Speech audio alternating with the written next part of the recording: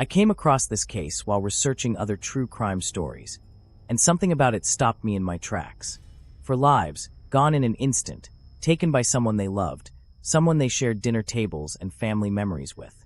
I'm not telling this story for shock value. I'm telling it because cases like this force us to ask difficult questions about family, about warning signs we miss, and about how something so unthinkable can happen behind the walls of an ordinary home. No reason, no explanation will ever justify this tragedy. For innocent people lost their futures, never knowing that the very person they loved most would be the one to end their lives. In the early hours of February 2nd, 2008, silence blanketed a quiet suburb in Maryland. Behind one home's locked doors, for lives had already been extinguished. The father, a respected attorney. The mother, a gentle peacekeeper. Two young boys, barely teenagers. And the only survivor was their 15-year-old son. When police arrived, they expected burglary. What they uncovered instead was something far more chilling. This is the story of Nicholas Browning, the boy who murdered his entire family. Welcome to Dark Matters TV, where we walk together through the darkest corners of true crime and human behavior. Here, every story we tell is handled with care, compassion, and a deep respect for the victims and their families, because behind every headline is a life that mattered. If stories like these haunt you, if you're drawn to detailed real-life true crime stories, ones that dive deep into the psychology, the investigation, and the human cost, if you believe remembering them helps us understand and maybe even prevent future tragedies, we invite you to subscribe. Your support allows us to keep telling these stories, to keep the victims' names alive, and to keep uncovering the truths hidden in the shadows. If you're new here, now's the time. Hit that subscribe button so you never miss a case. And if you've been watching for a while but haven't subscribed yet, know this: every click, every share, every comment helps shine a little more light into the darkness. February 2nd, 2008, Caucusville, Maryland.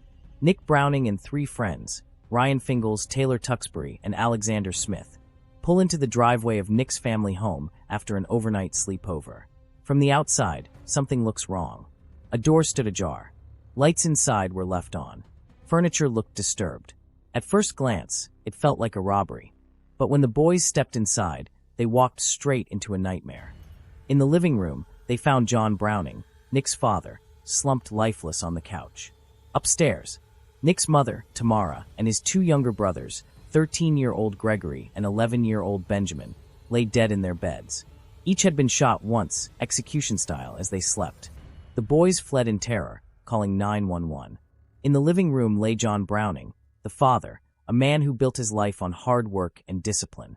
He was a respected attorney, the kind of man who spent long hours at the office, but always came home for dinner. In that moment, sprawled on the couch where he'd fallen asleep, he looked nothing like the stern figure neighbors knew, just pale, lifeless, and still. Upstairs, Tamara Browning, the mother, gentle, soft-spoken. She'd been the quiet glue holding her family together, the peacekeeper between John and their teenage son. She'd tucked her younger boys in that night, probably whispered a good-night prayer, kissed their foreheads, never knowing it would be the last time. She was found in her bed, frozen in the stillness of sleep that death had sealed forever. And then, Gregory and Benjamin, 13 and 11. Two boys on the cusp of everything: school dances, first crushes, lacrosse games in the spring. They idolized their big brother Nick. They wanted to be like him. They trusted him. And they never woke up again. 4 lives, extinguished in minutes. A father, a mother, 2 children, murdered not by a stranger, but by the person they loved most. The boy they raised. The boy they shared dinner tables and family photos with. Nicholas Browning, 15 years old, their own son and brother, pulled the trigger. And here's what haunts me about this story: they never saw it coming. They went to bed that night believing their home was safe, believing their family bond was unbreakable. They never knew that the danger wasn't outside their door, it was sleeping in the next room. As we dive deep into trying to understand what snapped, what must have gone wrong, take a moment to subscribe to this channel.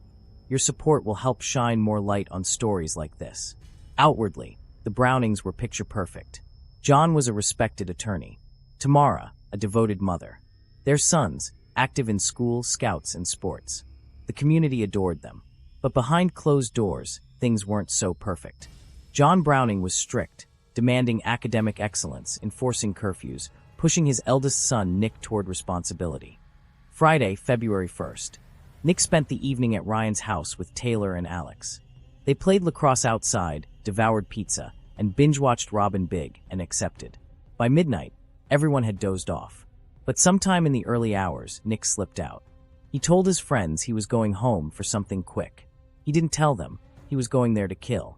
Around 1 a.m., Nick entered his family home. He unlocked the basement safe, one he'd seen his father open countless times, and retrieved John's .357 Magnum revolver. Room by room, he executed his family. John Browning, shot as he slept on the couch. Tamara Browning, killed in the master bedroom. Gregory and Benjamin, murdered in their beds, still wearing pajamas. There were no screams, no defensive wounds, no struggle, just silence. Nick left, hid the weapon, and returned to his friends, resuming the sleepover as if nothing had happened. When police arrived hours later, they saw what Nick wanted them to see, a burglary gone wrong. But quickly, things didn't add up. No forced entry. Valuables untouched. Family gun safe opened. No signs of tampering. The only survivor? Nick. Detectives separated the teens and began interrogations. One by one, detectives bring Nick's friends into separate rooms. The approach is deliberate. Keep them apart. Compare every detail. Any cracks in their stories could point to the truth. Ryan is first. The detective greets him casually. No flashing badge, no intimidating posture. Just a soft voice. Hey Ryan, thanks for coming in. It's been a long day. We just need some basic info. You were with Nick last night. Ryan nods. He describes the night. Movies, video games, junk food. Nothing unusual. Nothing suspicious. Just 4 kids hanging out. Taylor is next. He's nervous, hands fidgeting in his lap. The detective gently probes. So, nothing strange? No talk about home. Taylor hesitates, then shakes his head. No, he seemed normal. His story matches Ryan's almost word for word. Alex follows, soft-spoken, polite. He confirms the same timeline, the same movie, the same quiet night. To detectives, the consistency is telling. The 3 friends' accounts align perfectly. Nick recounts the night almost exactly as his friends did. The 4 of them hanging out, playing lacrosse, video games, watching movies. He says he left briefly to grab something from home. Nothing serious. Then came back and fell asleep in the car for a few hours. In a follow-up session, one of the boys hesitates. Something's been bothering him, something he hadn't mentioned the first time. He admits that at some point, Nick asked his younger brother to leave the back door open that night. He didn't say it initially. Maybe fear, maybe guilt, but now the detail slips out. Detective went to other 2 boys and confirmed this new confession. And with that single admission, everything changes. Detectives realized this wasn't a random break-in. There was no intruder. The unlocked door. It wasn't carelessness, it was premeditation. And slowly, suspicion shifts, not outward toward some unknown burglar, but inward toward the quiet boy sitting in the next room. Detectives return to the room. This time, 2 of them. Their approach has changed. No more casual conversation. Now they're probing deeper, pulling at emotions, looking for cracks in the calm facade Nicholas Browning has maintained for hours. One detective slides a photograph across the table, a picture of the Browning family smiling together.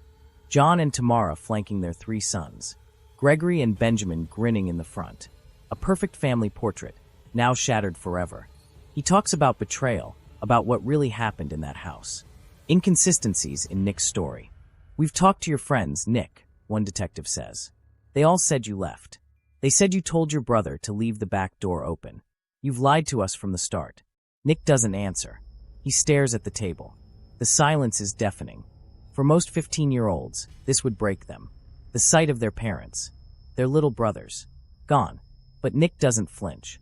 He stares at the picture, blank, as if looking at strangers. No tears, no trembling lip, just silence. The detectives wait, hoping for emotion. Anything, but nothing comes. Instead, Nick does something unexpected.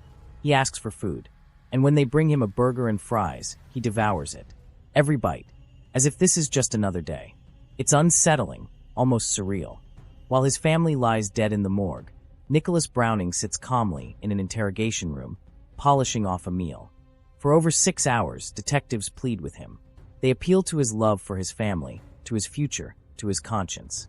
They circle back to every detail, the unlocked door, the gun safe, his movements that night. But Nick doesn't budge. He sticks to the same story he told from the beginning, the same one his friends recited.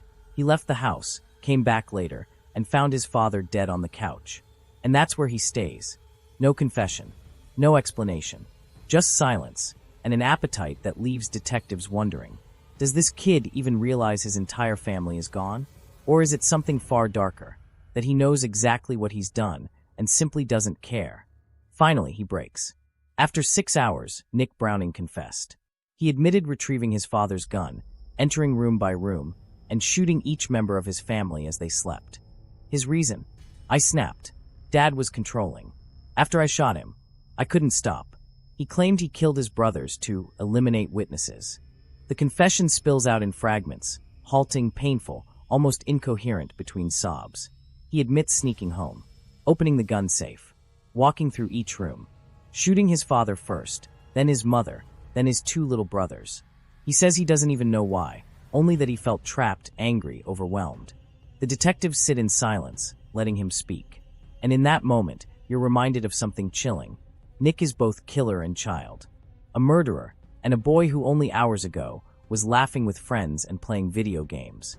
Imagine being 15, old enough to understand right from wrong, but young enough that your brain is still forming. And in one impulsive, irreversible moment, you wipe out your entire family. A father who worked to provide. A mother who loved unconditionally. 2 little brothers who trusted you completely. Gone. And here's the hardest part to process. Is Nick really crying for his family, or he's crying because it's real now? Because he's caught. Because his life, and theirs, is over. In court, prosecutors call it premeditated. Planned. Calculated. Execution-style shots. Calm behavior after the murders. No remorse. The defense pleads for mercy, pointing to Nick's youth, his emotional turmoil, the pressure he felt at home, argued Nick feared his father, cracked under pressure, and lacked adult reasoning. But 4 lives are gone, and no argument can erase that. The brutality was undeniable. In January 2009, Nick pleaded guilty to 4 counts of first-degree murder. He was sentenced to 4 life terms, 2 consecutive, making parole possible only after 23 years. Earliest release, 2031. Caucusville mourned. Friends of Gregory and Benjamin left lacrosse sticks by the school fence. Tamara's co-workers wept openly. We've lost an entire branch of our family tree, one relative said through tears. Nick sits today in Maryland's Western Correctional Institution. Appeals for sentence reductions have failed, judges citing the heinous nature of the crime.